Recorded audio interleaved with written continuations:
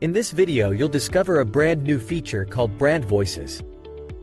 You can create brand voices for your super users, and your subscribers can create as many brand voices as they want.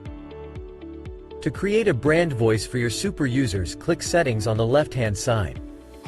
Then click Brand Voice. Next, give your brand voice a name. Then paste in the instructions for this particular brand voice. If you need help creating different brand voices, you can use ChatGPT to do it quickly and easily. When your brand voice is ready, click the Add button.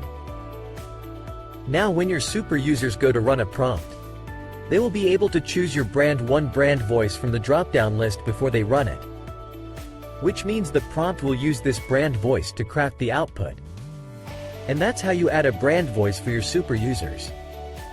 Your subscribers can also add as many brand voices as they want from the settings area of their account.